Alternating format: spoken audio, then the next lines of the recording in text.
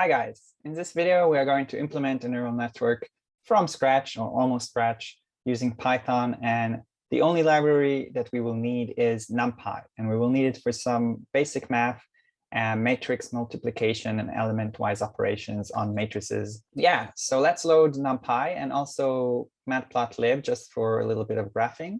And at first let's generate our data. So I'm just generating uniform x's, 2-dimension, from -pi to pi in both axes, so x and y. And suppose that I'm doing a decision boundary where this is the function that I'm using as a decision boundary. Everything above this will get one label and everything below this will get another label. So this is what I'm doing here. And yeah, now I want to plot it. So this is to plot the decision boundary. And now I'll actually plot the data. And it would look like this. So in red, we have the decision boundary. Everything below this are the x points that got label 0. And everything above this are the x points that got label 1. So x is 2-dimension, y is either 0 or 1. Okay, so 0 is the purple dot and yellow is 1. Okay, and now let's create our neural networks. So in this case, I decided to build it as a class. So we will build a neural network class and we'll instantiate networks as much as we want them. And so when our class initializes, we'll just create the weights to be random values from a normal distribution. Yeah, so random normal. And here I set the shapes of these weights. So B1, we said it's 1/3. W1 is a 2/3. B2 is a 1/1, and W2 is a 3/1. I'm also defining the sigmoid because I'm going to use it both in the forward propagation and in the back propagation.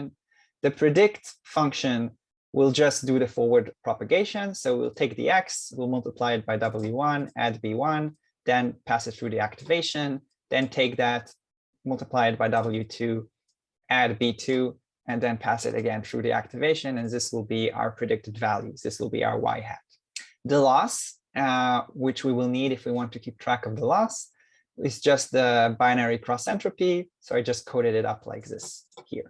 And to train in a somewhat crude and primitive way, because we still haven't learned how to train a bit better and a bit wiser, but we'll just tell it how much epochs we wanted to train. We won't even divide it into batches. We'll take the whole data sets and run it for as many loops as these epochs number are, and we'll define the learning rate for the stochastic gradient descent, which in this case is just gradient descent. We'll instantiate a Python list to keep track of the losses. And now we'll run in a loop up to the number of epochs. And we'll first do the forward prop, just like in the predict. Then we'll calculate the loss.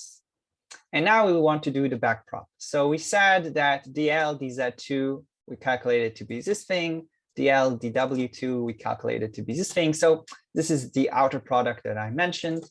And so all these quantities I already showed you in the theoretical video, and I'm just coding them now. Yeah, so I take this vector of 1s, and then I take the transpose of it times dl dz2 to get the derivative with regards to b2. Then I calculate the delta, then I calculate the sigma derivative, and I calculate the dl dw1 and the dl db1. So here I just code what I calculated in the previous video. And now once I have these derivatives for all the weights that I want, yeah, so sorry, these derivatives, yeah, I just take the weights and I subtract from them these derivatives times the learning rate. Yeah, so I take a step which is this big away from the gradient position. So this will go to the minimum, hopefully. Okay, and I do this 50 steps as a default, but I can change that. I can give it more steps. And this is the whole class that I have. Okay, and the train just gives you back the losses so you can plot them. So let's run this. Let's instantiate an object of this. And now, before we even train, let's just give it to predict our data and see what it says. So this is y hat before training. And now we predict if it's above 0.5, we give it a 1. If it's below 0.5, we give it a 0. And we check the accuracy. And not surprisingly, it's close to 50%. Okay, and now let's actually train, and let's train for 100 epochs. And let's plot the losses. We see the losses go down, then it pretty much stays the same. Okay, and if we now try to predict and calculate the accuracy, we see we get 84% accuracy. And if we try to plot how the graph would look like now, it would look like this. Okay, so this is what our network predicted. Okay, you can see the decision boundaries is somewhere here along this crooked line. And in red, it's the actual decision boundary. So if it would get exactly on the red, we would be perfectly correct, but we are not perfectly correct. We are only 84.3% accurate. So we see that it did relatively well, but not super. Okay, but this was a small network, and maybe it needed more training, and maybe we could have done it with different learning rate.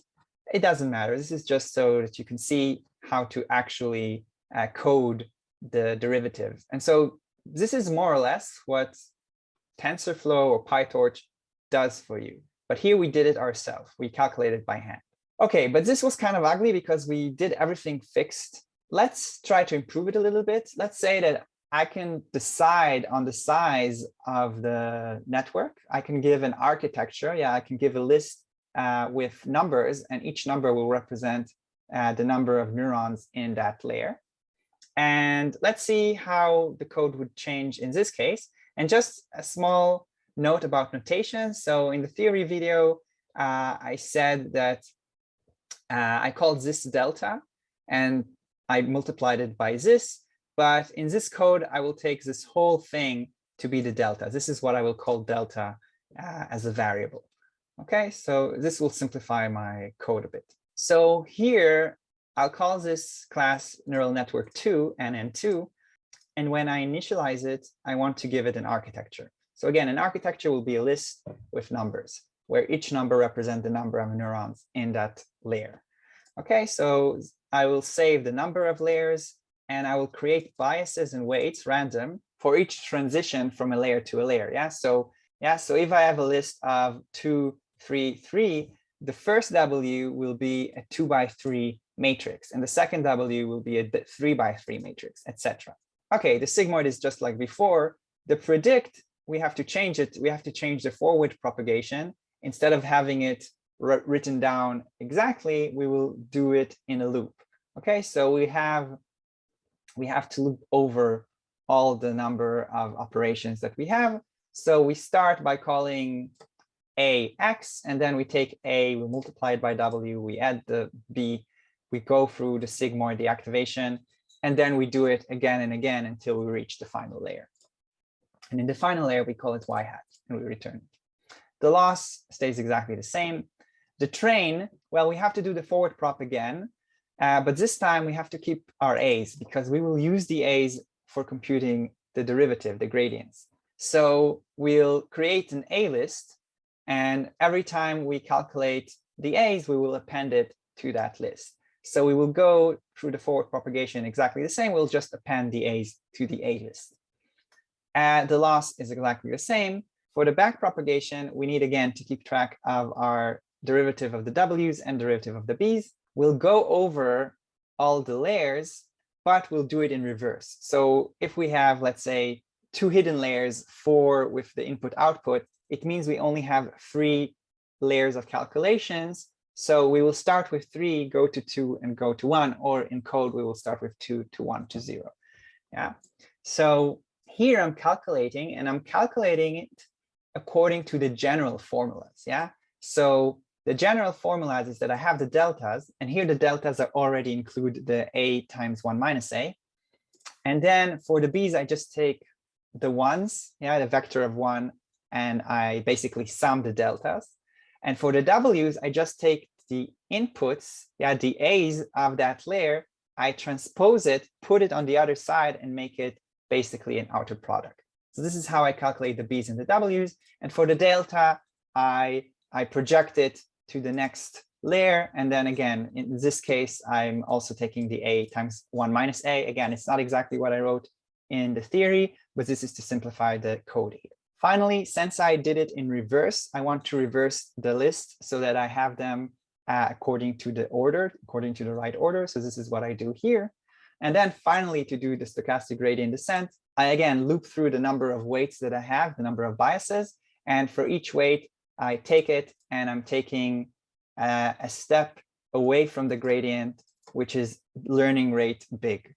Okay, and so I do this for the weights and I do this for the biases, and eventually I give back the losses. So this is the whole code for this flexible, adjustable size neural network. Let's run it. Let's suppose that this is my architecture now, and I give it to the neural network. Again, before I even train it, let's just say how we just randomize the weight completely. Let's see how good it is. Exactly 0.5. Now let's train it for 300 epochs, 300 iterations. Let's plot the losses. We see it goes down really fast, but around 50 or 100, it starts to go down slowly. And now the accuracy is 91.4%. If I now plot the decision boundary with the predictions, we see it looks much, much better. So here it still made a mistake, and here it made a mistake. But overall, here it did quite good. Yeah, and it got a pretty good accuracy so far. So this is all for this video. I just wanted to have a feel for how to actually code neural networks and code the derivatives. Again, in real life, you will use frameworks like TensorFlow or PyTorch. Yeah, but it's sometimes nice to look under the hood and see what's in there. So I hope you enjoyed, and see you in the next video.